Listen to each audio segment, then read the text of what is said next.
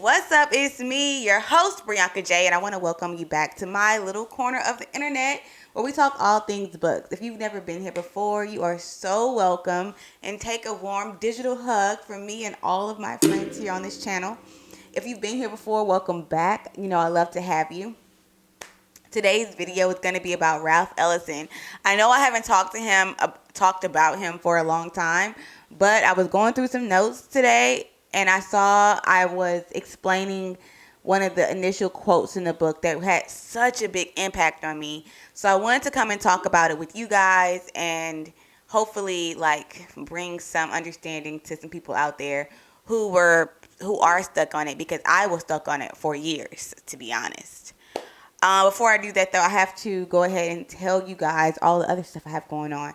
To make sure you click into that description box, you can connect with me on Instagram and Twitter. You can purchase any of my children's books as well as my ebooks. They're all there online for purchase. I have 2 children's books and 1 ebook, and I love them all. So anyone you want, it supports me specifically and this channel. And if I'm good, the channel's good. You know what I'm saying? In addition to that, I do have my own web design agency where I work with small businesses to create a large impact through digital means. And I do that through web design and SEO services and content marketing. And if that's something that you need, hit me up. I would love to help you grow. Would love to see that for you.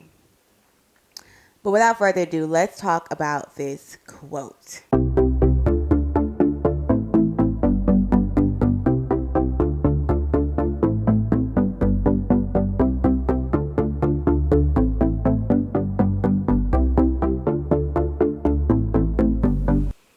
Okay, so again, this particular part of the book tripped me up for years. So before I get into all the nitty-gritty things that I do know now, I'm just going to go ahead and read the page or two of the book, and then we'll go deep dive into that quote and get into it. Have it here. So it says, "It goes a long way back, some 20 years. All my life I had been looking for something, and everywhere I turned, someone tried to tell me what it was. I accepted their answers too. Though they were often in contradiction and even self-contradictory, it was me. I was looking for myself and asking everyone except myself questions which I and only I could answer. It took me a long time and much painful boomeranging of my expectations to achieve a realization everyone else appears to have been born with, that I am nobody but myself. But first I had to discover that I am an invisible man. And yet I am no freak of nature nor of history. I was in the cards, other things having been equal or unequal 85 years ago. I'm not ashamed of my grandparents for having been slaves. I am only ashamed of myself for having at one time been ashamed. About 85 years ago, they were told that they were free, united with others of our country in everything pertaining to the common good, and in everything social, separate like the fingers of the hand, and they believed it. They exulted in it. They stayed in their place, worked hard, and brought up to my father to do the same. But my grandfather is the one. He was an old guy, my grandfather, and I am told I take after him. It was he who caused the trouble. On his deathbed, he called my father to him and said, 'Son, after I'm gone, I want you to keep up the good fight. I never told you, but our life is a war, and I have been a traitor all my born days, a spy in the enemy's country ever since I give up my gun back in the Reconstruction. Live with your head in the lion's mouth. I want you to overcome them with yeses, undermine them with grins, agree them to death and destruction. Let them swallow you till they vomit or bust wide open.' They thought the old man had gone out of his mind. He had been the meekest of men. The younger children were rushed from the room, the shades drawn, and the flame of the lamp turned so low that it sputtered on the wick like the old man's breathing. 'Learn it to the youngins,' he whispered fiercely. Then he died." So that is the quote about learn it to the youngins and live with your head in the lion's mouth.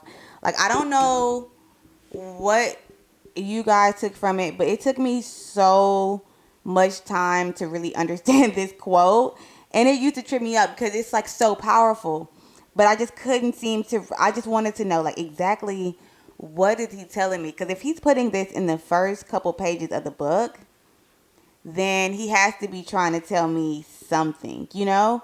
And for me, it was just like, what is he? I was trying to break into this understanding because it's so deep and it's so impactful. But some stuff comes to you with age, y'all. So y'all have to remember, your girl was like 19, 20 trying to figure out a book by this grown-ass man who lived through like the worst of things in racial history as we know it today. Because, baby, they trying to show us different. So I kept researching it, and then somewhere along the lines, I wrote this in my notes on my phone. And so I saw it yesterday, and I was like, let me share it with my YouTube people. I love y'all, you know? So that's what I got. One reflects on the opening chapter of Invisible Man. The grandfather, reeling on his deathbed, uttered his final sentiments. Son, after I'm gone, I want you to keep up the good fight. I never told you, but our life is a war, and I have been a traitor all my born days, a spy in an enemy's country, ever since I gave up my gun in the Reconstruction.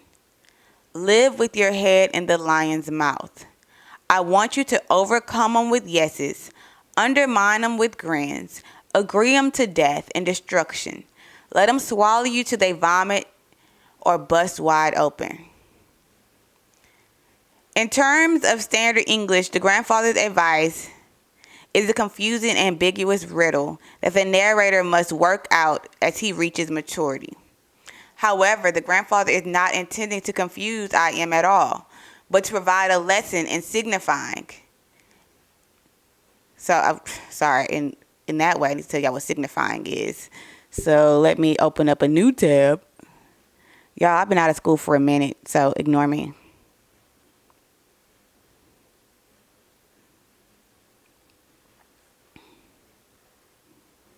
So signifying is a wordplay. It's a practice of African American culture involving verbal strategy of indirection that exploits the gap between the denotative and figurative meaning of words.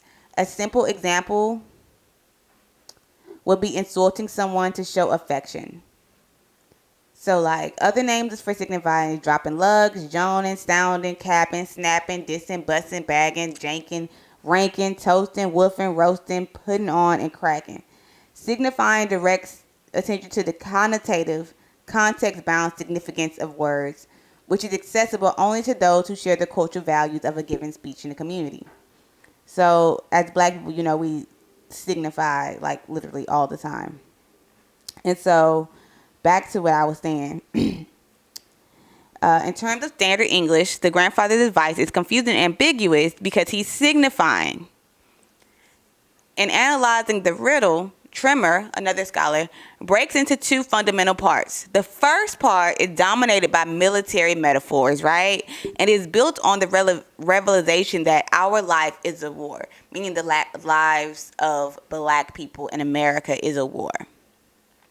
The grandfather asserts that by conforming to the expectations of the enemy, he has betrayed his own people and their cause.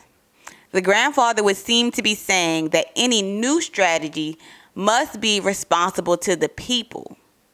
Individual victory purchased at the price of group defeat is an act of perfidy.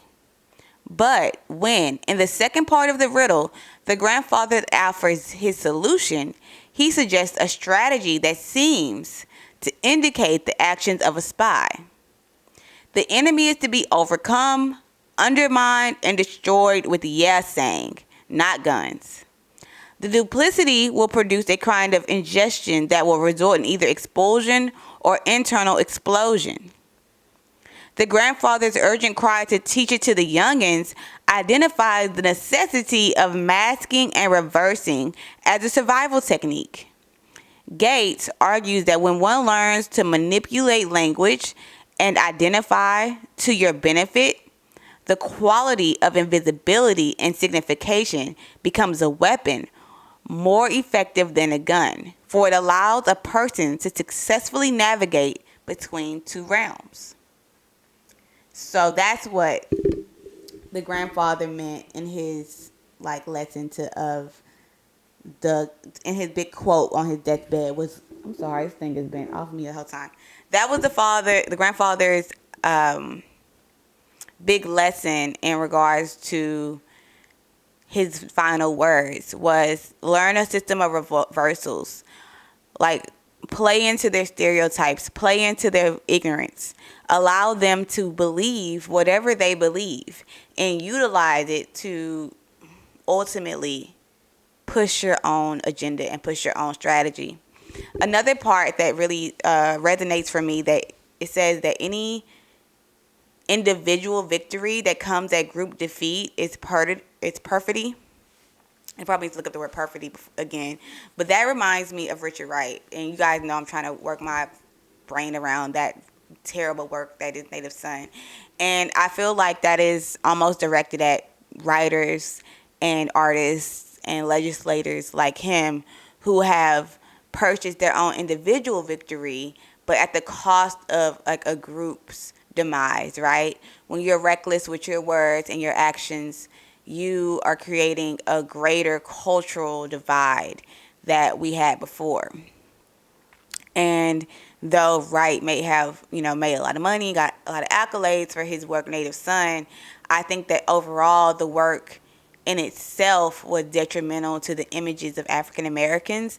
And I'm sure it was hurtful to any young black male who was reading that work and trying to understand his identity, just as Invisible Man is saying in this work.